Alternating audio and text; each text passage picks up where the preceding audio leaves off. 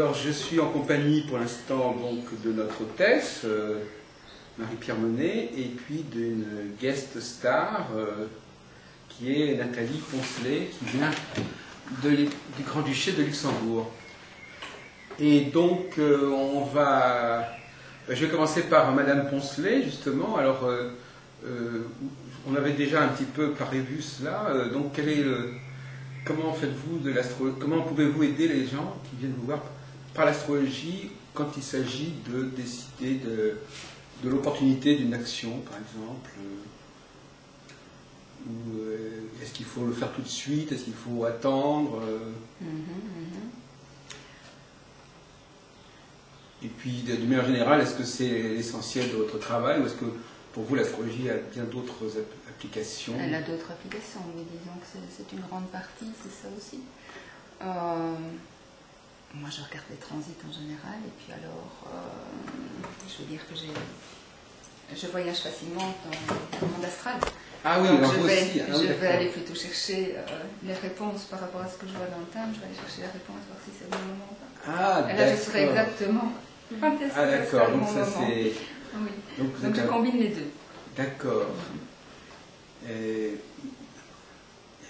Mais alors donc les transits, c'est vrai que c'est un outil très répandu chez les astrologues. Je dois reconnaître qu'il est, à mon avis, il n'est pas d'une maniabilité évidente. Parce que bon, l'idée de transit est facile à comprendre, bien sûr. On fait je dirais pour simplifier qu'on fait le thème du moment. Parce qu'en fin de compte, moi j'ai réfléchi récemment, les transits c'est un peu une forme d'astrologie horaire en fait. C'est-à-dire qu'on compare, c'est comme si on faisait le thème du moment et on le comparait au thème natal et on voyait les interactions entre les deux. Au fond ça revient à ça. Ça revient un peu à ça. On ne dit pas tout à fait comme ça, mais en fin de compte c'est confronter deux thèmes, le thème d'un moment donné et qu'est-ce que ça fait par rapport au thème natal. Ah bah, le thème des transits est toujours autour du thème natal. Oui, mais on ne dit pas, en général on dit il y a les transits d'un côté, il y a l'astrologie horaire de l'autre côté. Donc en réalité, les transits c'est une forme d'astrologie horaire. Bon. Tout va dépendre des planètes qu'on observe. Si c'est les planètes lentes, là on va effectivement avoir des choses à plus long terme, mais avec les planètes rapides... C'est les planètes rapides qui vont déterminer au moment où... Et là on accède à l'astrologie peut-être plus horaire. Non, mais l'astrologie horaire dans le sens où on compare deux clichés en quelque sorte, le cliché natal et le cliché d'un moment donné. Voilà. Et on voit si les deux s'enclenchent et si à un moment donné il y a des relations entre le moment donné et le thème natal, c'est-à-dire s'il y a des aspects significatifs entre les deux plans. Si à un jour donné il n'y a aucun aspect avec le thème natal, les configurations actuelles, on pourra considérer que ce n'est pas un moment significatif pour la personne. Chaque jour est un moment significatif pour la personne. Mais astrologiquement, il faut quand même qu'il y ait des... Alors comment on peut... Si je vous dis par exemple aujourd'hui,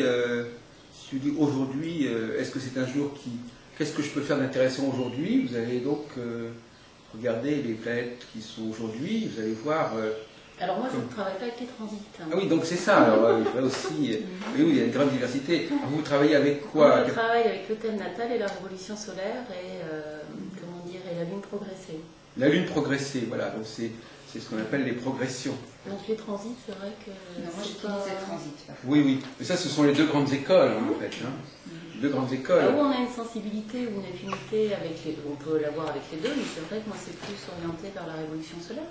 Alors il y a la révolution solaire, c'est une forme de transit en fait, la révolution solaire, parce que on fait le thème de l'anniversaire qu'on compare au thème natal. Mais qui permet aussi de mettre des dates en place, des dates précises pour toute une année. Donc même s'il n'y a pas tous les jours, on a forcément des périodes qui vont être particulièrement bien définies.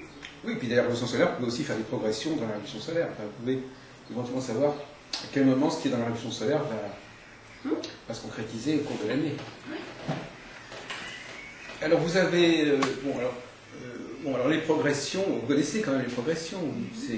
C'est un système analogique, enfin, c'est-à-dire que c'est un système, c'est quoi? Il y a plusieurs formes de progression. C'est un jour pour un an ou un demi-jour pour un an. C'est avec la lune progressée, oui, un jour égale un an. C'est ça que vous faites. C'est ça. Ce qui permet effectivement, avec ce principe-là, de découper les 29 jours du cycle de la Lune en 29 années, qui vont elles-mêmes se découper en différentes périodes, et c'est ce qui permet d'articuler une façon d'être chez la personne dont on étudie le thème. La Rudyard, vous avez peut-être suivi, c'est assez proche de l'astrologie humaniste, ce que vous dites là. Rudyard, Ruperti, c'est comme ça qu'ils font. Parce qu'on est axé sur une astrologie qui est effectivement plus axée sur la connaissance de soi, d'abord. Oui. Mais malgré tout, vous ne déniez pas de faire de dater des choses. Ah, surtout pas, c'est même ce que je préfère, dater. Oui. Dater au jour près. Ah bon, d'accord. C'est ce que permet la révolution solaire, justement. Alors, comment vous faites pour... Oui, la révolution solaire, c'est une chose, mais comment faites-vous pour arriver à un tel degré de précision par la révolution solaire? Qu'est-ce que vous faites? Vous faites avancer quoi dans le thème de la révolution solaire? Je ne fais rien avancer dans le thème de la révolution. Je prends le thème de la révolution et je mets en place des dates à partir de la date anniversaire de la personne. Comment vous faites pour déterminer des dates au cours de l'année, au cours des 12 mois qui suivent l'anniversaire? Vous avez un thème qui va se dessiner. Oui. On part de la date anniversaire, admettons que ce soit donc aujourd'hui le 6 juin. Oui. Et puis, ce qui va servir, je veux dire, d'ascendant, en fait, de départ. Et puis, à partir de là, c'est de regarder à quel degré on se situe dans le signe, et puis de mettre les dates justement en place par rapport à ça. Vous faites avancer l'ascendant, par exemple? Ah non, je fais pas. Alors, j'ai pas très bien compris, excusez-moi, parce que j'ai quand même une certaine habitude des techniques. Parce que là, j'ai pas très bien compris comment vous faites pour faire... bon, je comprends la révolution solaire, tout le monde comprend, mais je vois pas très bien comment vous fixez des dates au cours de l'année à partir de la révolution solaire. Une connaissance de soi et du bien-être, du mieux-être. Vous avez suivi un peu ce que disait... est-ce que vous partagez? Vous avez une autre approche? Moi, je n'ai pas cette connexion astrale. Voilà, donc c'est ça qui est intéressant, c'est de faire apparaître une autre dimension. Donc, vous nous avez expliqué tout à l'heure que vous faisiez le thème natal, que vous faisiez la révolution solaire, que vous faisiez évoluer tout cela pour arriver à des dates précises. Alors, ces dates, ce sont des rendez-vous avec le cosmos, c'est des rendez-vous karmiques, c'est comment vous expliquez Il y a toutes sortes de dates, elles peuvent être effectivement karmiques, mais c'est aussi une façon de mettre en place un certain nombre d'événements à vivre. Alors, qu'est-ce que vous en pensez? J'aimerais bien que vous dialoguiez toutes les deux. Est-ce que vous êtes sur la longueur d'onde? Alors, donc il faut les vivre, il est important de les vivre en fait. Ah, c'est pas qu'il est important de les vivre, c'est qu'il y a des opportunités pour les vivre. Donc après, effectivement, la personne garde de toute façon son libre arbitre. Mais si vous souhaitez créer une entreprise et qu'en même temps, à quelques jours près, c'est mieux d'attendre quelques jours, effectivement, quelques jours pour enclencher les choses.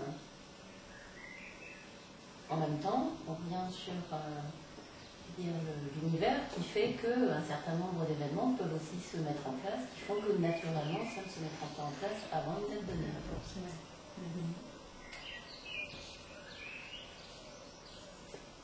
Moi, les planètes me parlent, mais quand je dis qu'elles me parlent, je n'entends pas des voix et je n'ai pas de flash et je n'ai pas d'image. En même temps, je regarde un terme et effectivement, je vais plonger dans quelque chose. Qui fait que si la personne me pose une question, j'ai une réponse qui va apparaître. Maintenant, ce n'est pas au niveau mondial ou universel, c'est vraiment la vie de chacun et c'est ce qui importe. Donc, est-ce que je vais déménager? Est-ce que je vais avoir les huissiers? Est-ce que je fais une rencontre amoureuse? Comment est mon couple? Pourquoi j'ai cette difficulté de relation avec mes enfants? Et effectivement, l'astrologie permet de répondre à toutes ces questions-là. Donc, c'est simple.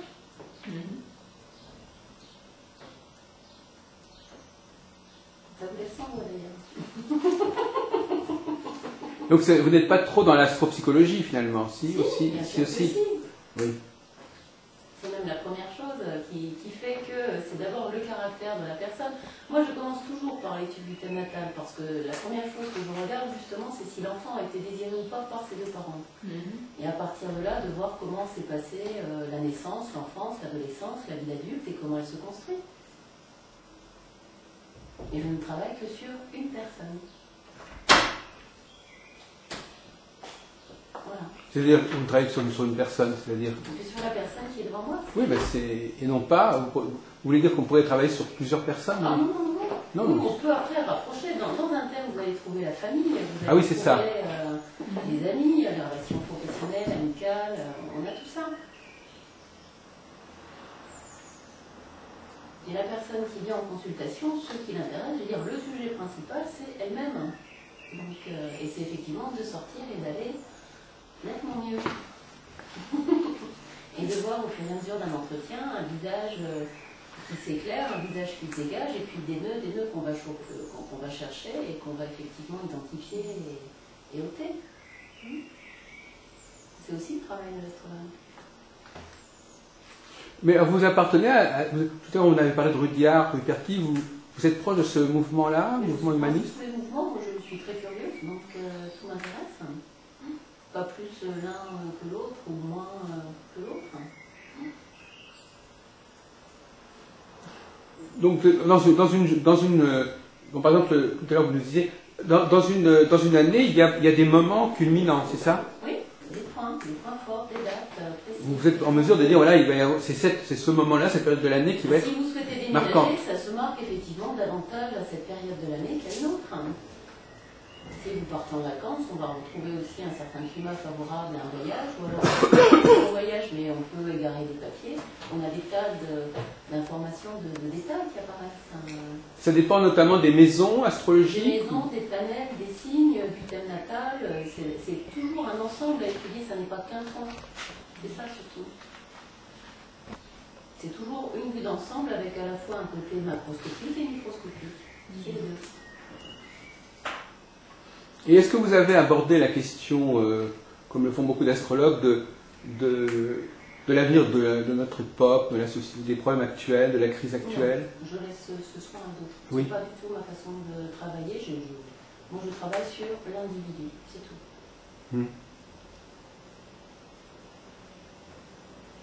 Parce que vous-même, Nathalie Poncelet, quelque part, quand vous nous parlez du collectif, vous êtes quand même préoccupée par ce qui se passe actuellement, je pense, d'une certaine manière, non? Oui, je suis préoccupée, mais c'est d'abord et avant tout l'individuel. Et de l'individuel, on peut voir de toute façon ce qui se passe au niveau collectif. Le collectif, je l'ai fait du temps, j'y ai touché un petit peu du temps où je faisais la formation avec Michel Tadet, avec Jerry Deloche. Et voilà, on a fait ça quand on était tous ensemble. Parce que lui, c'était ça son truc, c'était... Non, pas spécialement, mais dans la formation, on le fait. On avait abordé cette question. On aborde cette question dans sa formation. Donc je reviens à Madame Monet. Donc, quel a été votre... Comment est-ce que vous avez découvert l'astrologie? Avec qui En fait, j'aurais adoré être voyante ou trapéziste, et je ne suis finalement ni l'un ni l'autre, mais je sais quoi que si. Je suis à la fois ni l'un ni l'autre et très bien l'un et l'autre. Donc j'ai une formation. J'ai aussi appris la graphologie, la morphopsychologie, donc il y a une curiosité, je veux dire, naturelle pour les sciences humaines. Et ce qui m'a justement intéressée dans l'astrologie, c'est que l'on pouvait dater. Voilà. Aussi bien par rapport à un futur qu'à un passé, et c'est vraiment ce qui m'a plu, et c'est aussi ma façon de travailler. Donc c'est à travers des cours, c'est à travers des lectures, et puis c'est surtout à travers des rencontres. Donc quand on a quelqu'un devant soi qu'on ne connaît pas, parce qu'on a au départ uniquement une date de naissance et un prénom, et de parler de cette personne de façon extrêmement intime, avec la façon dont elle se comporte, les mots qu'elle peut employer, tout un langage et tout un vécu aussi dont on peut déjà parler. Et je reviens sur le fait de dater aussi différentes périodes de vie passées qui font que comme on a un écho souvent positif, ça permet aussi d'avancer de la même façon dans le futur. Mais finalement, est-ce que vous avez l'impression que c'est un outil parfaitement fiable, l'astrologie? C'est-à-dire que il est fiable à partir du moment où la date de naissance et la date de naissance sont justes. Oui. Parce que justement, si l'heure de naissance ne l'est pas, les dates sont forcément aussi après un décalage. Mais est-ce que vous pensez que le talent de l'astrologue, c'est, par exemple, on peut faire des erreurs, peut-être au niveau de l'interprétation? Évidemment qu'on fait des erreurs, hein, c'est bien pour ça qu'on est humain. Oui, c'est ça. Donc, Mais après, je veux dire, tout le monde, l'astrologie existe depuis tellement longtemps que les méthodes de calcul n'ont finalement pas changé. Elles n'ont pas changé, elles n'ont jamais changé ces méthodes de calcul. En revanche, l'interprétation, elle évolue bien en fonction de la sensibilité et l'intuition de chacun. Vous allez donner un thème natal à 20 astrologues, vous aurez plein d'interprétations différentes avec en même temps les mêmes choses et pas tout à fait les mêmes choses. oui. Le fond sera le même, mais la traduction ne sera pas tout à fait la même. Et en même temps, si on va rencontrer tel ou tel type d'astrologue, c'est aussi parce qu'on peut entendre ce type de langage. Oui, donc là, effectivement, vous pensez que les gens choisissent l'astrologue qui leur convient. Alors là, je dirais plutôt que c'est l'univers qui les met sur la route. Enfin, en tout cas, ils sont conduits chez l'astrologue qui leur convient. Qui va leur convenir, oui. Vous en êtes convaincu de cela? Ah oui. Oui. Donc, ils vont vers celui qui est là pour leur transmettre. Qui leur correspond le mieux. Oui. Et donc vous ça, prenez les pages jaunes. Comment vous choisissez un astrologue si vous n'en avez jamais vu? Mais c'est une bonne question. On se pose la question de savoir comment les gens vous choisissent un astrologue. Là, par exemple, bon, maintenant, les choses évoluent un petit peu. On a des vidéos. Les gens ils voient une vidéo. Ils voient plusieurs vidéos. Telle personne leur plaît. La façon de se présenter, de parler leur convient. Ils choisissent. Mais s'ils n'ont pas ça, bon, qu'est-ce qu'ils ont?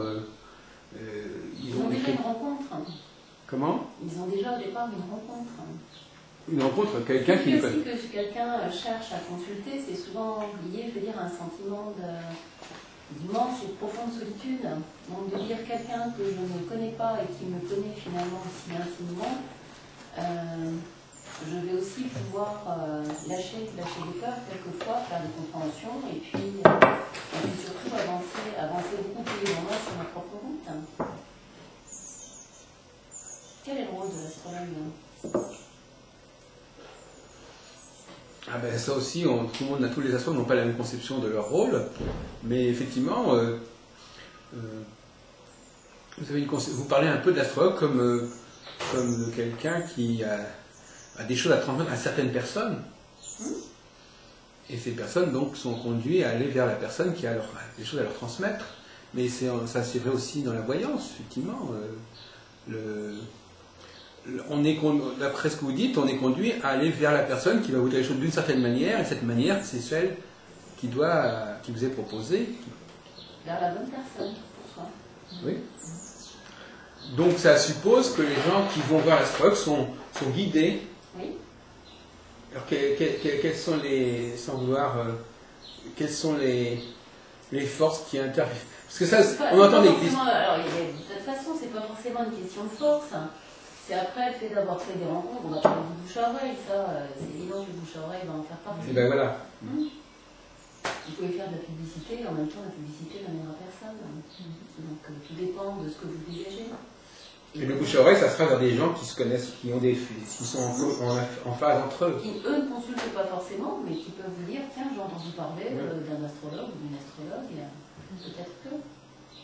Oui, vous connectez avec une personne. Il y a une première personne qui vous rencontre, et puis cette personne peut vous faire rencontrer d'autres personnes qui lui sont proches, donc quelque part qui appartiennent à la même sphère psychique. Oui, c'est important. Nous, on est complètement axés là-dessus. C'est même la déontologie. Et donc. C'est tout. Je veux dire, c'est simple, hein. Mais enfin, par exemple, si on est à Nancy, par exemple, et qu'il n'y a pas énormément d'astrologues à Nancy, ils vont peut-être aller voir la personne qui est à Nancy. Oui, j'ai des clients un peu partout, en France et à l'étranger, donc c'est une question de rencontre.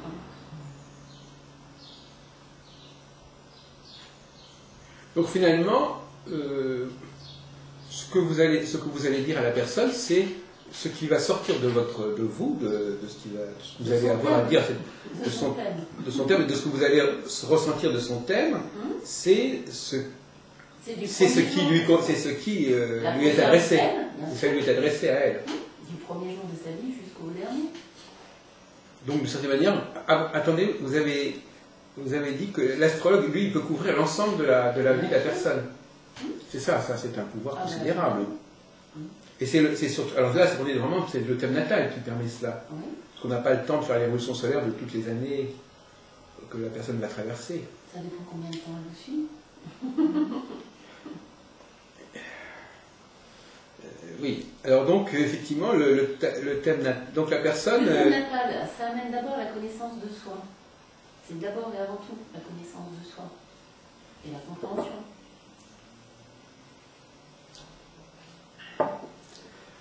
Donc c'est un soi qui est qui nous correspondra tout au long de notre vie en fait.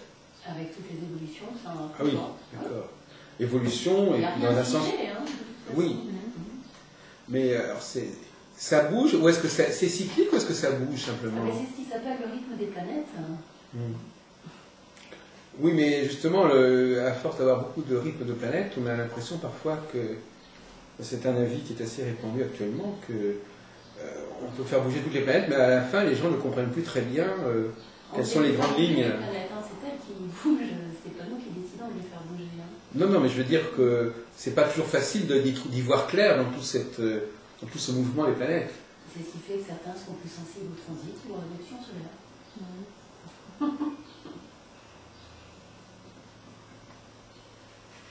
Oui, la notion de progression, c'est une notion qui est intéressante et qui reste greffée sur le thème natal et qui dérive des informations à partir du thème natal, mais qui extrapole par rapport au thème natal.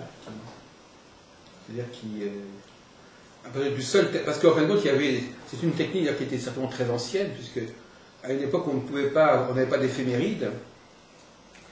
On pouvait quand même, à partir du thème natal, déterminer 20 ou 30 ans à l'avance ce qui allait se passer, alors qu'on n'avait pas encore, les gens ne disposaient pas d'éphémérides. C'est que les éphémérides, on en dispose depuis relativement pas longtemps, finalement. Voilà. Merci, Madame Monet.